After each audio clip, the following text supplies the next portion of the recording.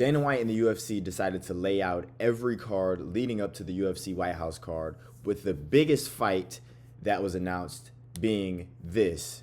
Khamzat Chimaev with his first title defense, and it will be not against Nasruddin Imavov, it will be against Sean Strickland. Now, this, I'll get into the rest of the fights afterwards, but this is a huge fight. This feels like a big fight. Weird circumstances for this. I don't know how Sean Strickland is getting this fight, but I'll get into that later.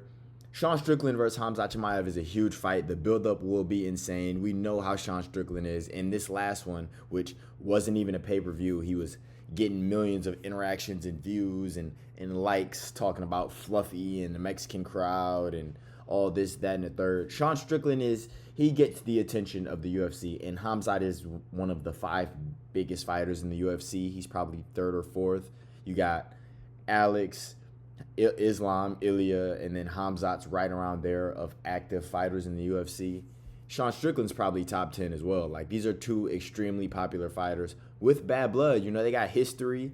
Khamzat claims that he subbed Sean a lot when they used to train, and Sean claims that Khamzat's a bully and he doesn't like him, and he calls him Kadyrov's little whore, and all of these names, the Chechnyan whore, all of these things.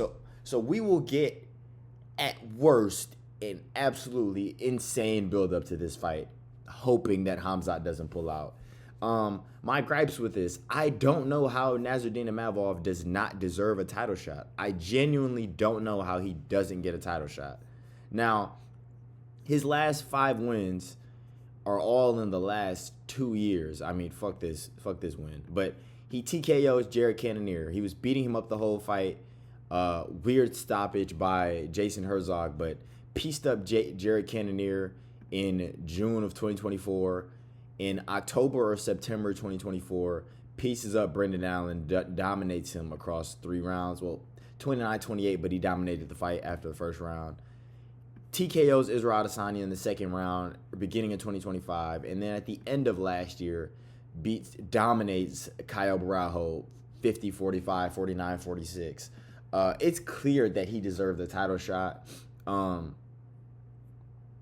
don't know why they don't give him the title shot. Now, Khamzat Strickland is huge. It's a big fight. I'm glad it's happening. But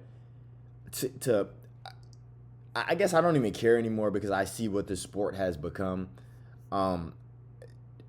Strickland was coming off being dominated by Dricus across 5 rounds, and then had to take a year off because of suspensions and such, and comes back, beats Fluffy in dominating fashion, and gets a title shot. But Arman Sarukian does not get a title shot a fight after he beats Dan Hooker. It just doesn't make sense to me. It doesn't make sense, but it's not supposed to. Khamzat versus Sean Strickland taking place May 9th in Newark. I don't know why they keep going back to Newark. I guess it's cheaper than New York, and it's in the same area, so they want to keep doing those cards. But huge fight. We can take a look at the rest of the card, though. Co-main event, Alexander Volkov versus Waldo Cortez Acosta. That is a co-main event, folks. Jan Blachowicz on the feature fight. Jan Blachowicz and Bogdan Guskov just fought at UFC 323, the last pay-per-view ever. They just fought. This was both of their last fights, and it just happened 3 fucking months ago. Why are they running this back? Normally, when you have draws like this, they wait. If it's like a title fight, they do an immediate rematch, like a Wonderboy Woodley situation. Not something like this, though. I don't understand why you don't give Jan Blachowicz another fight, and why you don't give Bogdan Guskov like Khalil Roundtree, or welcome Robert Whittaker to the division with one of those fights. Not have them run it back immediately. This is horrible. Bobby Green and Jeremy Stevens are not even opening the main card in a pay-per-view in 2026, or a numbered event in the big 2026. I'm disgusted by this card, especially knowing that the main event literally could not happen. But this is just a summary of the announcements that they gave us because Dana White didn't go on live this time. He decided to make a video with Brendan Schaub, Michael Bisping, and himself going through the layout. It was about a 15-minute video, and it was way better than the lives have ever been. They need to do that every time with a little more pizzazz and a little more energy. Maybe have the fighters there, or doing a press conference or some shit like that. But this was the best thing. This was the best way they have announced fights since, I guess, UFC 300 maybe. Or no, not UFC 300. That was also weak. They haven't announced fights this well in a long time, and it was simply because it wasn't on a 1080p Instagram live. But Kyler Phillips versus Charles Jourdain, co-main event for the Winnipeg card. The main event to that is Mike Malott versus Gilbert Burns. Added to the Perth card, which is Carlos Prates versus Jack Della Maddalena, it's Beneil Dariush versus Quillen Salkiel. Beneil Dariush was supposed to fight Manuel Torres on UFC 327. They moved this to the co-main event of the Perth card. They gave Quillen Salkiel that fight.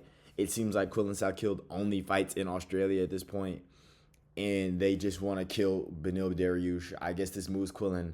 This is a layup for Quillen, so he moves up in the lightweight division. He'll probably be ranked like what is Beneil, number 9? So he'll be number 9, looking for I don't even know who he could be looking for after that. Max Holloway? Yeah. Max Holloway? Yeah. Who knows? Already went through UFC 328. Melky Zalacosta versus Arnold Allen is the main event for an Apex card. Melky Zalacosta just got a insane KO, spinning back kick to the face KO over Dan Ige. The first person to ever knock out Dan Ige in front of a crowded arena. Was one of the only highlights of that entire card.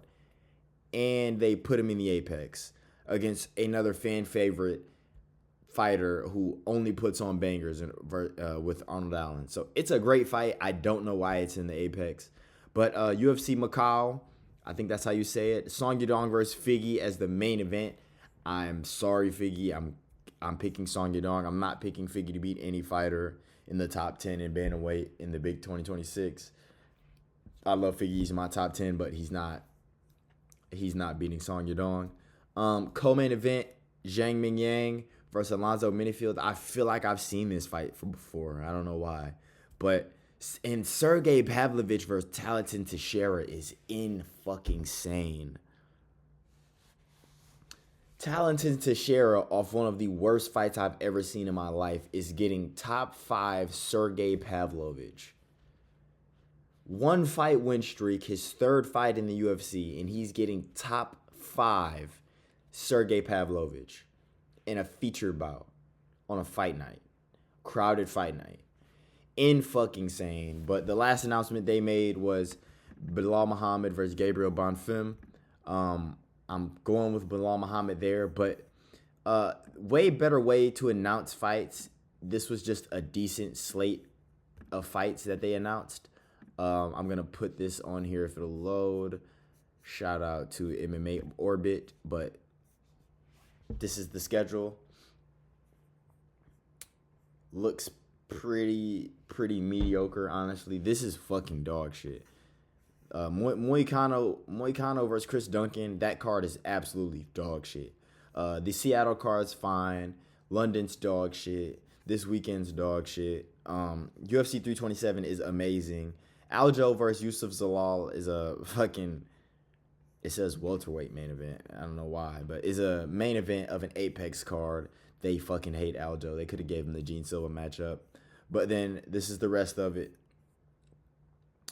This is the White House card. We already knew these two, but decent announcements. The Sean Strickland versus Khamzat was the big one, obviously.